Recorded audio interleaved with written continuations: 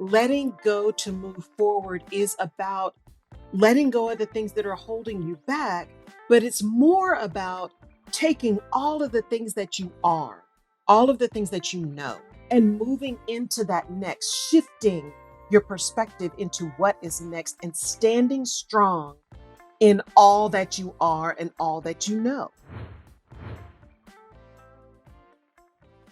This week on the Rutledge Perspective, the topic is letting go in moving forward. Now, I've talked about letting go before, letting go of things that you're holding on to so tight to make room for the next.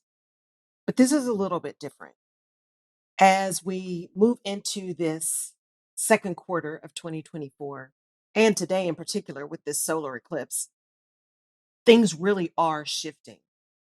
I spent the last week and last several weeks being out a lot for me, networking, meeting new people, having great conversations with people, even over Zoom, reconnecting with folks, and really shifting into a new niche. Still doing what I do, still working with my amazing clients, still serving women running professional services businesses. And within that, this really interesting vertical that happened that came to me as a result of one, being open, but two, really listening to the shift. And that brought around a whole lot of things in this year 7 of the business and made me realize that part of what we do together is to have those conversations and talk about those things that give space to shift perspective. That's the whole point, to shift perspective. And sometimes that shifting means really letting something go to make room for the next.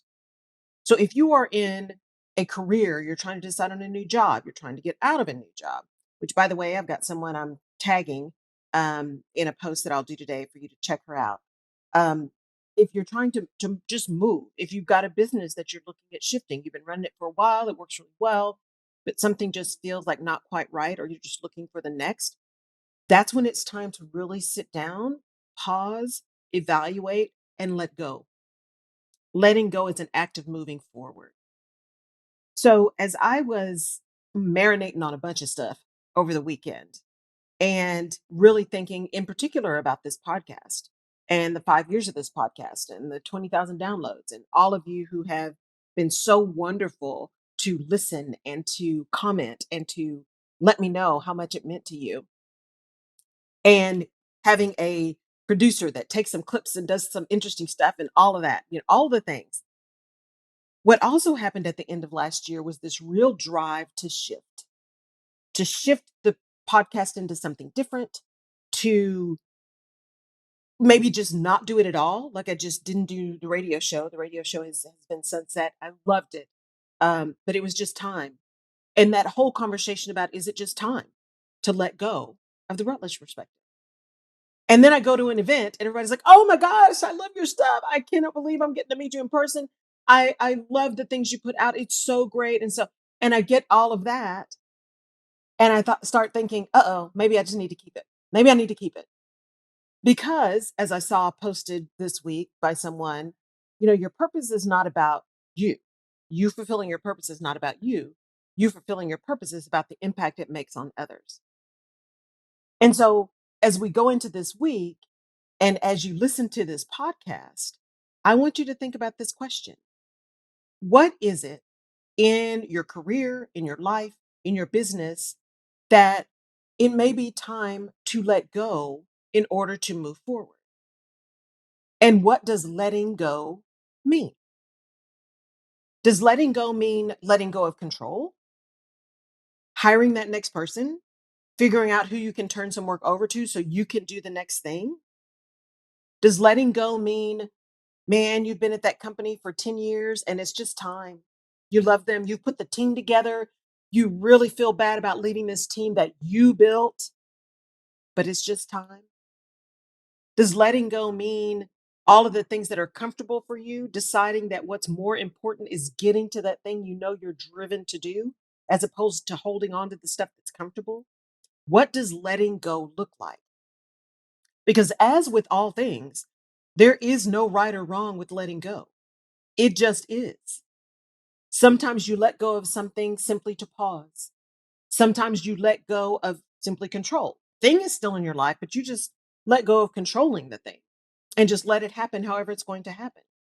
Sometimes letting go is letting go of a process, a business, a product, a person, a relationship, a something. Sometimes it's really tangible and you are truly letting it go so it's out of your life. But letting go, whatever way you let go, enables you to move forward if you let go in a way that says, no longer does this serve me. And I don't see how this will serve me in the future because the future is now. So, this thing I love, I'm letting go with love. That product that I put my blood, sweat, and tears in that's going really great, but no longer gives me joy. It doesn't feel fresh. It's time to let it go. Maybe it becomes the core of your business, the thing that you stand on as how you built your brand and your reputation, and you use that to catapult to the next thing. I'm thinking specifically of Bobbi Brown. I started seeing these new Jones Road commercials and I thought, what happened to Bobbi Brown? Because I remember Bobbi Brown Cosmetics. And then I went back and looked it up, Googled it, and didn't realize that she had sold her business 15 years ago, 15, 20 years ago. And in the sale, agreed to not compete with the Bobbi Brown line. So she hasn't been doing Bobbi Brown for years. Had no idea because I'd seen some fairly recent commercials where she was talking about makeup. So that was probably part of the deal. But I was listening to these new commercials and she said this balm that she's got is right in line with who she is, what she always wanted makeup to be. It is still aligned with Bobbi Brown, who I remember her showing up and talking about how makeup was supposed to be natural and enhancing, not covering up. And all these new commercials are the same thing. It's about aging gracefully, about having a makeup that is effortless. It takes you 5 seconds to apply, all the things that seem to be Bobbi Brown. But one of the quotes she says, or one of the things she says in her commercial is, I just wasn't done yet. I just wasn't done yet. But this is new. Jones Road is new. She let go of Bobbi Brown years ago. And 15, 20 years later, here she is with Jones Road. It's still in her same industry. It's still in makeup. It's still in beauty. It's still in skincare. It probably has morphed into more skincare than just beauty. She's doing her commercials. It's now black and white. It's still very simple. Jones Road, I'm sure, has a meaning for her. But she had to let go of Bobbi Brown, her namesake, her brand with her name on it. She had to let it go in order to get to this new thing. And it took 15 years plus to make this happen. But her experience didn't go away. Her expertise didn't go away. Her drive didn't go away. What she's really good at and what she believes in, what's in her core, did not go away. It just showed up differently. And it can be seen, and you can experience this shift and this letting go to move forward in so many ways. You know, I've been in my house 10 years now, and I walked out my front door, which I never go out my front door. I walked out my front door to get something and noticed my mulberry tree had mulberries on it. Now, I thought I had two fruitless mulberry trees. In fact, at one point, I forgot they were mulberry trees. And I'd had it trimmed back and all of these things. And I didn't like the way they trimmed them because they left kind of the suckers on the bottom. So it's like growing from very low to the ground. But it's there and it's growing and it's healthy. And it is full of mulberries. 10 years and it's full of mulberries. But what did I do with that tree? What I did last year was I had the tree trimmed pretty significantly. The heat and all of the things that happened in Texas just really wreaked havoc on lawns and everything. And this tree in particular, I knew I needed to get it trimmed up and trimmed back and all of the things for it to be healthy. And so 10 years in, the tree has been there longer than I've been in this house. but allowing myself to let go of all of the branches, all the top of the tree, to really cut it down pretty low, to just take all that stuff off, to let all that beauty go. Look at the fruit that now came from this tree. And I actually rinsed some off and tried some. I'm still a little chicken, but I didn't get sick. So mulberries are very interesting. They don't taste like blueberries, blackberries, even though they look that way. But that letting go of all of the extra stuff, the extra limbs, the extra suckers that are on there, the big limbs that weren't doing well, letting that go made room for new fruit. And I know I'm beating that metaphor to death, but y'all know how I feel about gardening and fruit and flowers and trees. There's a reason the trees are in my logo. And so going into this quarter, this whole year of 2024, I know something is shifting. I can feel it. I just know it. Something is shifting in 2024. We have come through the pandemic. Yes, COVID is going to be with us apparently forever, but we've come through that madness so far and hopefully better prepared to do better the next time something that catastrophic happens, because it will, because we're humans and it's going to happen. But hopefully we're prepared better the next time. But walking into this quarter, really, and this year, really thinking through, something is shifting for the good. Something is shifting positively. This sitting deep into the core knowledge of who you are, what you want, and what it's going to take for you to get it. And knowing that things are moving, the universe is moving to make it happen. There's such power in that. There's such power in that. The idea that letting go of the stuff you've been doing because what got you here is not going to get you there actually makes room for something beautiful, for this new fruit that you haven't seen in 10 years, for that new cosmetic line that has been in your gut for years that you're finally able to bring to the public.